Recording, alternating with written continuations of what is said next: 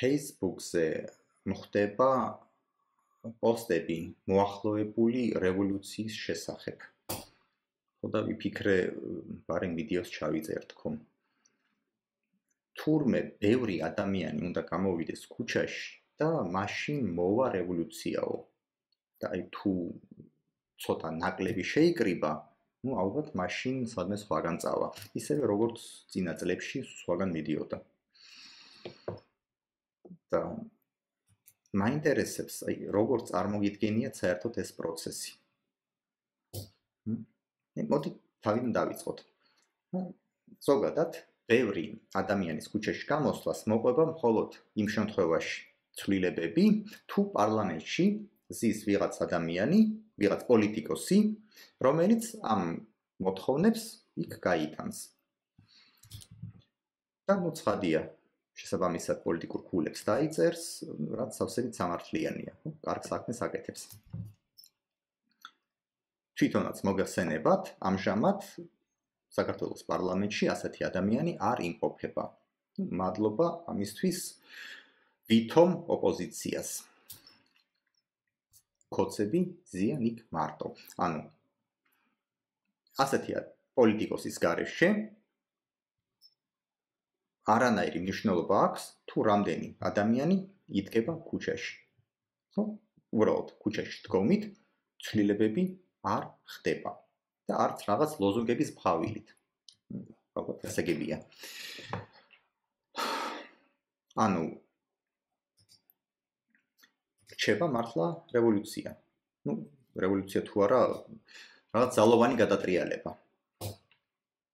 დავუშვათ მართლა ამ გზით აპირებთ წასვლას. იგი რუსული რეჟიმი ძალით უნდა დაამხოთ. გამოდის სამოქალაქო ომს იწყებთ. ოკეი. ისევ და ისევ. არც ქუჩაში დგომით, არც რევოლუცია ხდება. თუ გინდა აჯანყება, ალბათ კარგი იქნებოდა ვინმე სამხედრო საქმეში გარკვეული ადამიანები, რომ ჩაუდგნენ მას სათავეში, ეს ყველაფერი დაგეგმონ. ბრძოლას თუ აპირებთ, უნდა ყავდეს ადამიანი, ვინც იცის ბრძოლა. ამის სპეციალისტი ახლა არა ვარ, მაგრამ ელემენტარულ რაღაც დონეზე თუ ჩუბია, გჭირდება ადამიანები, ვისაც ჩუბი ეცოდინება. კოცები იქნებიან შეიარაღებულები, ასე კი აქ მხარესაც შეიარაღებული ხალხი უნდა იყოს. თქვენ უნდა აიღოთ ხელში იარაღი, უნდა იცოდეთ ამ იარაღის გამოყენება, უნდა დაგეგმოთ, ვინ, სად, ვის ებრძვის და მერე იბრძოლოთ. ალბათ ეგეც ლოგიკურია. ზოგი ალბათ, რა ვიცი, კოცების ტელევიზიაში შევა, ზოგი პოლიციას შეებრძოლება, იქ დრონები იქნება ალბათ საჭირო, როგორც დაზვერვისთვის, ისევე მოლოტოვის კოქტეილების ჩამოსაგდებად, ანუ მოლოტოვის კოქტეილებია გასაკეთებელი, დრონებია შემოსატანი, ოპერატორები გჭირდებათ, ანუ უამრავი საქმეა გასაკეთებელი. ომი იწყება თქვენი სიტყვებით.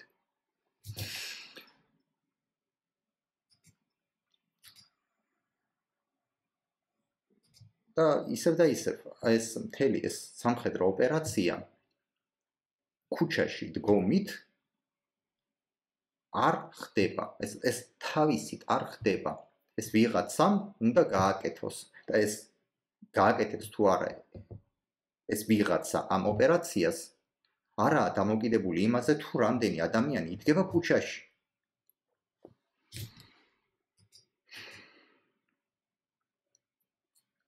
კაი, მოდით დავხედოთ რიცხვებს. რაღაც 9 მილიონი გაჟღერდა. 9 მილიონი უნდა შეიკრიბოსო. 9 მილიონი არის საქართველოს თბილისის პრაქტიკულად მთელი მოსახლეობა.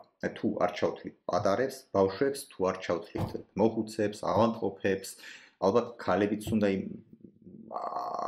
არ უნდა შევიდნენ ამ რიცხვში, იმიტომ რომ ომზეა ლაპარაკი. უნდა იყვნენ კაცები, ვინც მართლა იარაღს ხელში აიღებს და წავა საომრად. ამდენი 9 მილიონი კაცი თბილისში შხუბის ომის მომხრე საერთოდ არ ცხოვრობს, ფიზიკურად არ იმყოფება. ანუ ვიღაცამ წინასწარ ისეთი რიცხვი დაგიდოთ, რომლის შეკრებაც შეუძლებელი იქნება. უბრალოდ იმიტომ, რომ მერე თქვას, აი ხო ხედავთ, აი ამდენი ხო არ შეიკრიბა, ამიტომაც არ მოხდა რევოლუცია. არა იმიტომ, რომ ჩვენ არ დავგეგმეთ. არამედ აი ისინი, ვინც არ მოვიდნენ, იმათი ბრალია. კაი, თქვათ, მოხდა სასწაული და შეიკრიბა ეს 9 მილიონი. გეტყვიან 1 მილიონი და ყოფილიყო. აი ცოტაც დაგვაკლდა, თორე რევოლუცია იხოდებოდა.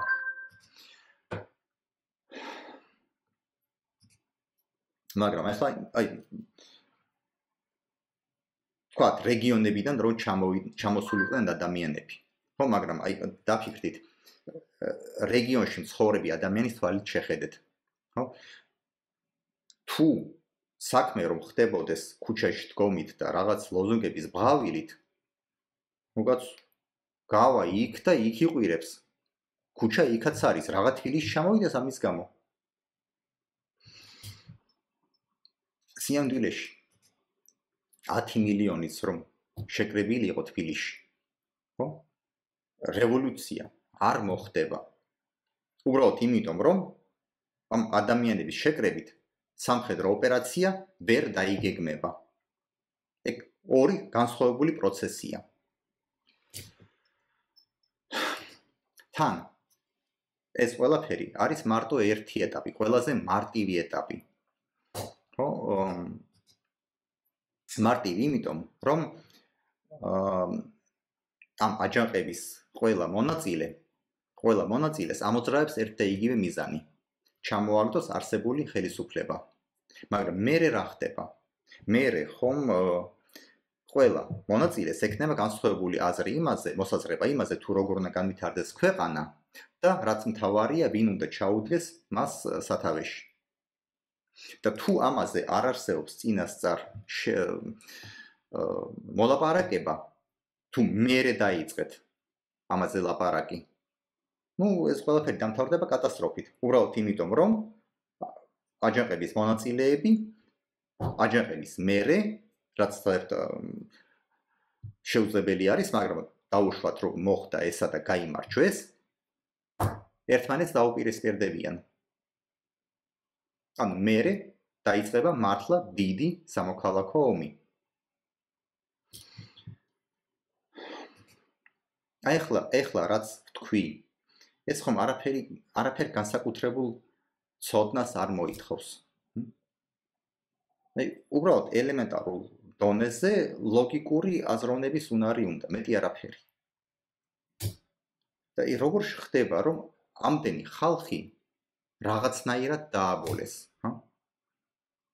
როგორ შეიძლება წლიდან წლამდე ადამიანებს ერთსა და იგივე ტყუილს უყვებოდე და ისინი ყოველთვის ამას იჯერებდნენ? როგორ ხდება ეს? თუ იქნებ ძალით იტყუებთ თავს,